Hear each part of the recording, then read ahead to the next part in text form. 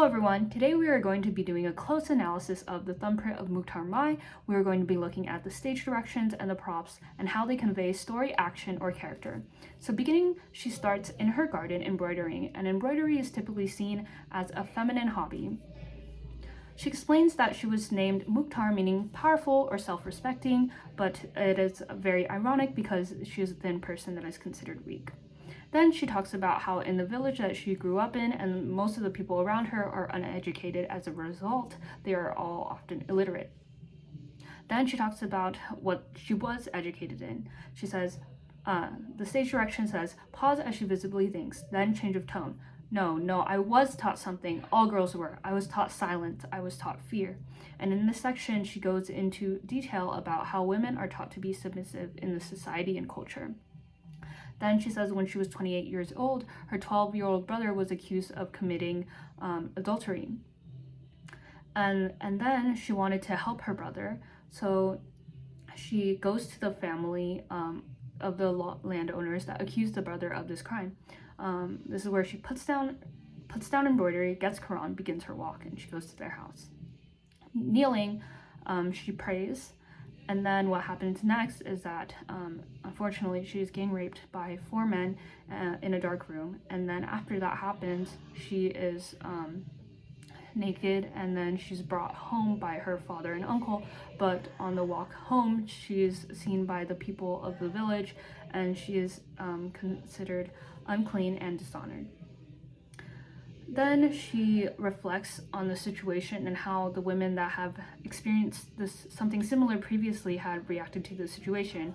One woman kept quiet about it, did nothing about it. Another woman tried to seek legal action, but did not have a positive result. And the third woman committed suicide.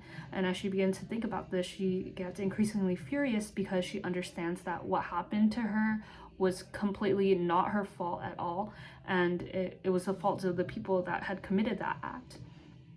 And then it says calming when she from this very charged and passionate monologue, she calms down for a little bit, but then she continues to talk about how much of an injustice it was. So it says again, she begins to walk, and this is where she goes to a police station to seek legal action. And then it is revealed that she is successful against the people that committed this act against her. And through this situation, she learned that because she's illiterate, she was only able to use her thumbprint instead of signing the document. So this propels her to establish schools in her area and to educate women, because she learns that without having education, without having literacy herself, she wasn't able to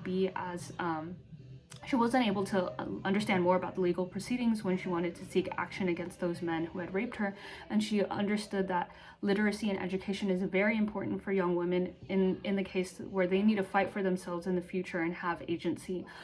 The literacy is very important for helping them to understand what statements the police are telling them to sign, and legal documents, and knowing their rights, and much more. So at the end, she closes where the stage direction says, writes on a sheet of paper, holds it up with her name written in Urdu and English, Mukhtar, powerful, self-respecting Mukhtar. And it's a very powerful ending, wrapping it up, showing how she went from illiterate to literate, and she took this really dark situation and turned it into something positive. Thank you.